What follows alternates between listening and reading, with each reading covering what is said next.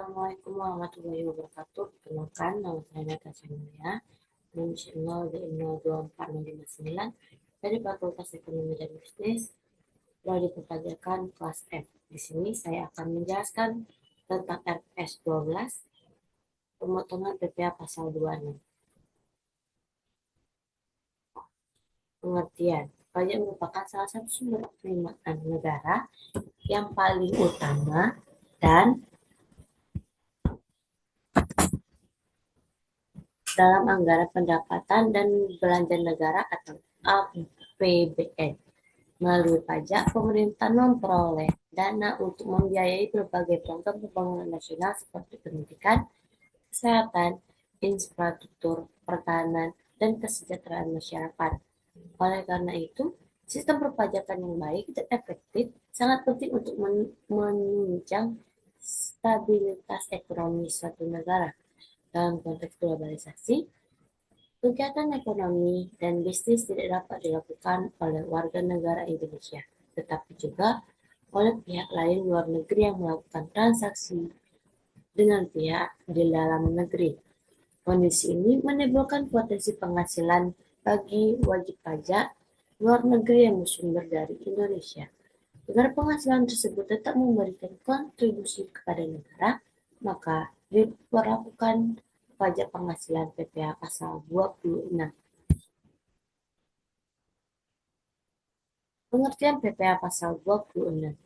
Menurut Undang-Undang Nomor 36 Tahun 2008 tentang pajak penghasilan, PPh pasal 26 dikenakan atas penghasilan yang diterima oleh atau diperoleh oleh wajib pajak luar negeri, selain bentuk usaha tertentu dari Indonesia. Penghasilan tersebut dapat berupa imbalan, jasa, bunga, dividen, royalti, sewa, dan lain-lain.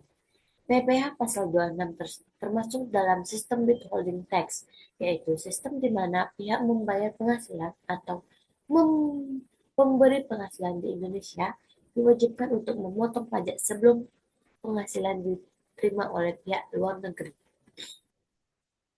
Dengan demikian, pemotongan pajak bertanggung jawab penuh untuk melakukan pemotongan, penyetoran, dan pelaporan PPh pasal 26 kepada negara. Dasar hukumnya, yang pertama, Undang-Undang Nomor 36 Tahun 2008 tentang pajak penghasilan atau UU PPh.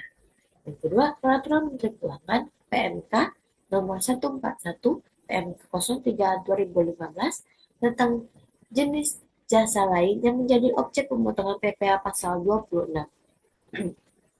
Yang ketiga, Peraturan Direktorat Jenderal Pajak Nomor per 25 PJ 2018 tentang tata cara penerapan persetujuan penghindaran pajak berganda atau P3B.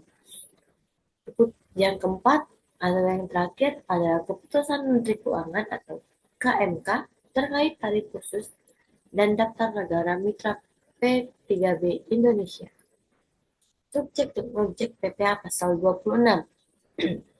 Subjek pajak satu orang pribadi luar negeri, yaitu individu yang tidak bertinggal di Indonesia atau berada di Indonesia kurang dari 183 hari dalam jangka waktu 12 bulan. Yang kedua, badan luar negeri, yaitu badan usaha yang tidak didirikan dan tidak menkedukungkan di Indonesia. Tidak berkedudukan di Indonesia, serta tidak memiliki bentuk usaha tertentu atau BUT di Indonesia. Objek pajaknya ada dividen, bunga, royalti, sewa, imbalan jasa teknik, dan hadiah, dan penghargaan lainnya. Tarif pemotongan PPh pasal 26 bisa dibaca. Mekanisme pemotongan dan penyetoran dan pelaporan. Pemotongan pajak dilakukan pada saat pembayaran saat berutang atau saat perhasilan persediaan untuk dibayar kepada wajib pajak luar negeri. Penyetoran pajak yang telah dipotong disetorkan ke kas negara melalui bank prospeksi atau kantor pos paling lambat tanggal 10 bulan berikutnya setelah bulan pemotongan. terus pelaporan pajak, pemotongan pajak, wajib melapor hasil pemotongan dalam SPT, masa PPh 26 paling lambat 20 bulan berikutnya. Dokumen yang diperlukan ada bukti potong PPh pasal 26, bukti penyetoraan pajak, dan sertifikat of domicile atau COD dari pihak luar negeri untuk mendapatkan tarif tax treatment. Dan yang terakhir kita masuk ke kesimpulan. PPh Pasal 26 merupakan salah satu instrumen penting dalam sistem perpajakan Indonesia yang bertujuan untuk mengatur atau mengut pajak atau atas penghasilan yang diterima oleh wajib pajak luar negeri dari sumber-sumber di Indonesia. Ketentuan ini menjadi dasar hukum bagi negara untuk tetap memperoleh penerimaan dari aktivitas ekonomi lintas batas, di mana pihak asing memperoleh manfaat ekonomi dari Indonesia tanpa harus memiliki bentuk usaha tetap di dalam negeri. Sekian presentasi dari saya akhiri. Wassalamualaikum warahmatullahi wabarakatuh.